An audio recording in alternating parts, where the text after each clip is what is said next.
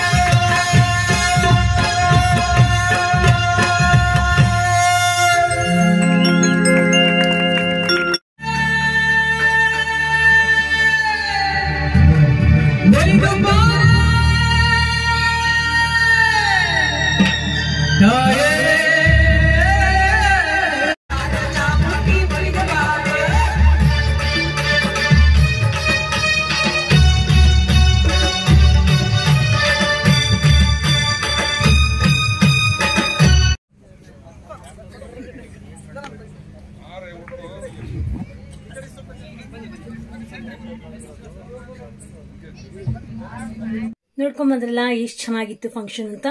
ಅವರು ತುಂಬಾ ತುಂಬಾ ತುಂಬಾ ತುಂಬಾ ತುಂಬಾ ಡೌನ್ ಟು ಅರ್ತ್. ಅವ್ರ ಹತ್ರ ನಾವು ಮಾತಾಡ್ಸಿದ್ವಿ. ಹಾಗೆ ನನ್ನ ಒಂದು ಅಣ್ಣ ಅಂತಾನೆ ಅಂತಿದ್ದೆ ನಾನು, ರಂಗಭೂಮಿಯ ಕಲಾವಿದರು ಶಂಕರಣ್ಣ ಅಂತ. ಅವರು ಪ್ಯಾಡಿಸ್ಟ್. ತುಂಬಾ ವರ್ಷಗಳ ನಂತರ ನನಗೆ ಸಿಕ್ಕಿದ್ರು.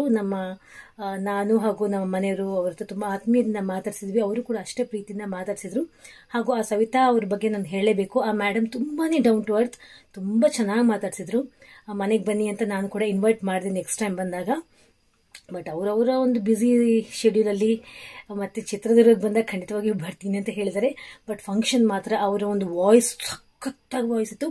ಅವರು ಭೀಮಾ, ಇತ್ತೀಚೆಗೆ ಬಿಡುಗಡೆಯಾದ ದುನಿಯಾ ವಿಜಯ್ ಅವರು ಅಭಿನಯದ ಭೀಮಾ ಚಿತ್ರದಲ್ಲಿ ಅವರೊಂದು ಹಾಡನ್ನು ಹಾಡಿದ್ದಾರೆ, ಚಾಮುಂಡಿ ಚಾಮುಂಡಿ ಅಂತ ಹಾಡು. ಅದ್ರ ಕ್ಲಿಪ್ಪಿಂಗ್ಸ್ನ ನಾನು ನಿಮ್ಮ ಜೊತೆ ಶೇರ್ ಮಾಡಿದ್ದೀನಿ.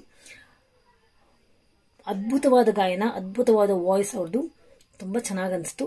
ಸೊ ಅದನ್ನ ನೋಡ್ಕೊಂಡ್ ಬಂದ್ವಿ. ನಿಮಗೆ ಹೇಗೆ ಅನಿಸ್ತು ಇವತ್ತಿನ ವ್ಲಾಗ್ ಅಂತ ಕಮೆಂಟ್ ಸೆಕ್ಷನ್ ಬರ್ದು ಕಳಿಸಿ.